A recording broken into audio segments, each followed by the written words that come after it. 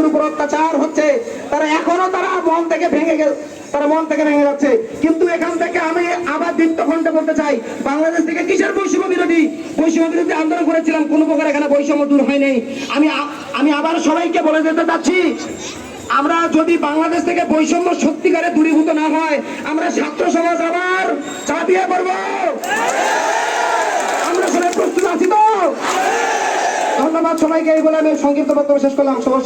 পরিচয় হচ্ছে আমরা মানুষ, আমরা বাংলাদেশের নাগরিক, আমরা বাঙালি, আমরা আর কেউ এই সংখ্যালঘু শব্দটা ব্যবহার করবো না। আমাদের মাঝে সম্মানিত সনাতন শিক্ষার্থী ও জনতা মঞ্চের সমন্বয়ক রোহিত শর্মা।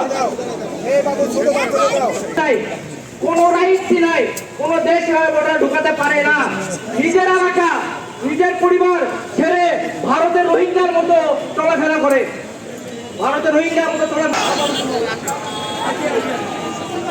এখন অনেকে আছে সবাই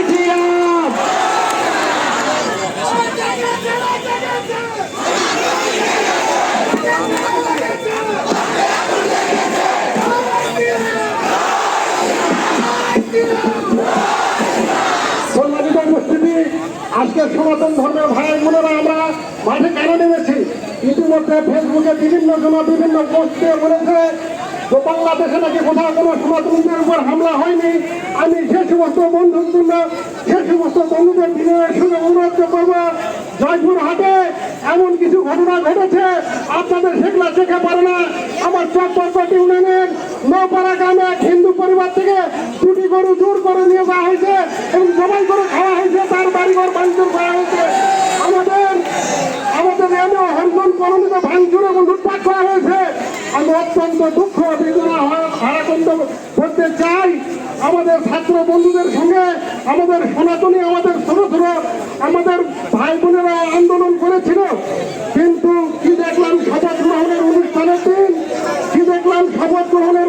দিন অন্য ধর্মের প্রতি শ্রদ্ধা জানিয়ে সেখানে পবিত্র ধর্মগ্রন্থ পাঠ করা হলো। আমরা হিন্দু বলে আমাদের কোনো ধর্মগ্রন্থ পাঠ করা হলো না।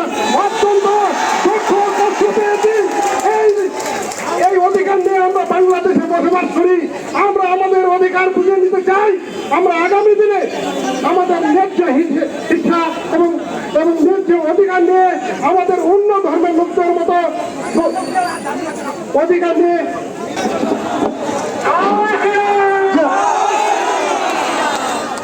আপনারা জানেন এই বাংলাদেশ স্বাধীন হওয়ার পর থেকে প্রতিনিয়ত আমাদের সনাতনীদের উপর দুর্বিষহ জীবন নেমে আসে। যখনই নির্বাচন হয় তখনই জ্বালাও পোড়াও লুণ্ঠন এবং আমাদের বাড়িদের মেয়েদের উপর লালু দৃষ্টিতে তাদেরকে তুলে নিয়ে যাওয়া হয়, কিন্তু কেউ প্রতিবাদ করে না। আপনারা জানেন আমরা বাংলাদেশে এখন 7% চলে যাচ্ছি। যখনই কোনো আন্দোলন হয়, যখনই আমাদের উপর অত্যাচার হয়, যখনই হিন্দুরা রুখে দাঁড়ায়, তখনই আমাদেরকে একটা অপবাদ দেওয়া হয় যে তোমরা ভারতে চলে যাও, ইন্ডিয়াতে চলে যাও। ভারতে কেন যাব? ভারতে যাব কেন? আমার জন্ম এখানে, আমার নারী পোতা এখানে, এটা আমার মা, দেশ আমার মা। আমাকে এখানেই থাকতে হবে, এখানেই মরতে হবে, এখানেই বাঁচতে হবে। আমি কেন বাংলাদেশ ছেড়ে অন্য কোনো দেশে যাব?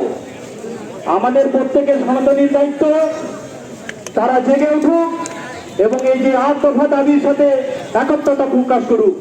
এই 8 দফা দাবি না মানা পর্যন্ত এই মঞ্চ রাস্তায় থাকবে। এখন আমাদের সামনে বক্তব্য রাখবেন সমন্বয়ক হাসিবুল হাসান। এই দেশে আমরা ছাত্ররা আন্দোলন করে দেশকে স্বাধীন করেছি। কোন প্রকার দলীয় বলেন, কোন প্রকার যারা তৈরি করছে, এই যে আমাদের হিন্দু ভাইদেরকে আজ মাঠে নামতে হচ্ছে, এর কারণটা কি? আমরা এই জন্য কোনো প্রকার আন্দোলন করি নাই। এই জায়গায় আমাদের কোনো দরকার ছিল না। যারা এই ধরনের অনৈতিক কাজে মদত দিচ্ছে, আমি সকল ধরনের মানুষকে বলতে চাই, শুধু আপনাদের নয়, সকল ধরনের মানুষকে বলতে চাই, তাদের যদি প্রতিহত না করেন, তাহলে আমরা ছাত্ররা গিয়ে আমরা প্রতিহত করবো। আপনাদেরকে আমরা পাশে চাই সবসময়। আমরা ছাত্র আন্দোলনে আমরা দেখে এসেছি আপনাদের সমর্থন কত ছিল। আমাদের ভাই যারা শহীদ হয়েছে তাদের ভেতরে আমাদের হিন্দু ভাইদের প্রতিনিধিত্ব সবচেয়ে বেশি ছিল বলে আমি মনে করি। এজন্য আমাদের সকল ছাত্র ভাইদেরকে বলতে চাই, প্রত্যেক ইউনিয়নে প্রত্যেক পাড়ায় আপনাদের দুর্গ করে তুলুন। যারা হামলা করতে চায় তাদের হাতকে আপনারা ভেঙে দিন। এখানে আমরা আজ আমরা প্রশাসনের সর্বোচ্চ এই অভাবটা আমরা অভাব উঠতেছি যে প্রশাসন না থাকলে কি হতে পারে। এক একজন লুপ্তরাজ করে শুরু করে দিয়েছে। এতদিন যে স্বৈরাচার শাসক আমাদের শাসন করে এসেছে তাদের ভেতরেও তারা আন্দোলন শুরু করেছে যে আমরা কোনো প্রকার স্বৈরাচারী শাসকের।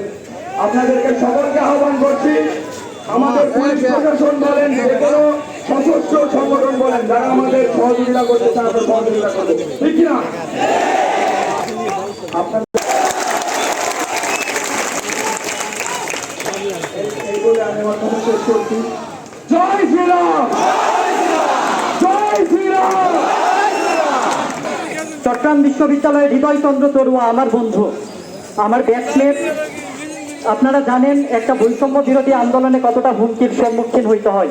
আমি একটা ইতিহাসের সম্মুখীন হয়েছিলাম। হৃদয়চন্দ্র তরুয়াকে প্রথম বলা হয়েছিল, একটা দল এসে বলল যে তুমি কেন এই আন্দোলনে যেতে চাও। সে প্রথম একটা কথা বলেছিল যে আমি মানুষ, এটা আমার পরিচয়। একজন মানুষের বিপদে একজন মানুষ পাশে থাকেনি, এটা হতে পারে না। দ্বিতীয়ত, আমি চট্টগ্রাম বিশ্ববিদ্যালয়ের স্টুডেন্ট, একজন চট্টগ্রাম বিশ্ববিদ্যালয়ের শিক্ষার্থী করছে, সেখানে তাদের পাশে শিক্ষার্থী হিসেবে আমি থাকবো না, এটাও হতে পারে না। দলমত নির্বিশেষে আমি সেখানে যাব। সেখানে যখন হৃদয়চন্দ্র তরুয়া গেল, আরেকটি পক্ষ এসে হুমকি দিল সে নাকি ভারতীয় দালাল। সে তখন বলেছিল আমি কোনো ভারতীয় দালাল না, আমি বাংলাদেশি, আমি বাঙালি। তার রক্ত চট্টগ্রাম বিশ্ববিদ্যালয়, আপনারা জানেন চট্টগ্রাম বিশ্ববিদ্যালয়ের প্রথম শহীদ হৃদয়চন্দ্র তরুয়া, এবং যার রক্তের সাথে আমরা চট্টগ্রাম বিশ্ববিদ্যালয়ের স্টুডেন্টরা কখনো আপোষ করি নাই। আমরা সকলে একসাথে বৈষম্য বিরোধী আন্দোলন করেছি। তো আমাদের এই হিন্দুদের আন্দোলনটা, আমি এটাও বলতে চাই, যদি হিন্দুদের বিরুদ্ধে কোনো আক্রমণ আসে, একজন হিন্দুর পক্ষে কেউ থাকে নাই, এইরকম হিন্দু আমরা হতে চাই না। আমরা বাঙালি, আমরা বাংলাদেশি, আমরা সকলে মিলে, সকল ছাত্র সমাজ, দরকার পড়লে সমন্বয়ক যে কথাটি বললো, আমরা সকল ছাত্র সমাজ আবার এক হয়ে বৈষম্যের বিরুদ্ধে সকল প্রকার বিচারের আওতায় নিয়ে আসবো। পর্যন্ত এই দাবি পূরণ না হবে, আমরা ততক্ষণ পর্যন্ত রাজপথে থাকবো, সংগ্রাম করব। ছাত্র সমাজের জয় হোক, ছাত্র সমাজ সবসময় আপনাদের পাশে আছে। আমাদের এই কর্মসূচি মোটামুটি এখানেই শেষ। আপনারা জানেন এখানে ট্রাফিকের অবস্থা দেখছেন। আমরা এখান থেকে সরাসরি আবুল কাশেম ময়দান চলে যাব। সেখানে গিয়ে আমাদের কিছু স্লোগান আছে, কিছু কর্মসূচি আছে, এর মাধ্যমে আমরা আমাদের অনুষ্ঠানের সমাপ্ত ঘোষণা করব। সকলে ভালো থাকবেন, সকলকে নমস্কার। জয় শ্রীরাম। আজকে সম্মিলিত সনাতনী শিক্ষার্থী ও জনতা মঞ্চের সাথে থাকার জন্য আপনাদেরকে অশেষ অশেষ ধন্যবাদ। আমরা আশা করি আপনারা